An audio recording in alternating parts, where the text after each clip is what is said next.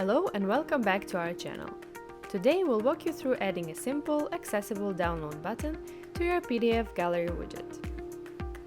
This feature is perfect if you've got resources, ebooks, or guides that visitors might want to save for later. Let's jump right in. First, let's head over to the PDF settings in our editor. Here in the settings panel, you should see a toggle labeled Show Download button. Once you've found it, go ahead and click that toggle on. As soon as you activate it, a download icon will appear on your PDFs. And just like that, your visitors can now click to download your PDF files whenever they need. This simple addition can improve user experience, giving visitors a way to engage further with your content. If you found this tutorial helpful, give us a thumbs up and don't forget to subscribe. Thanks for watching, and we'll see you in the next video.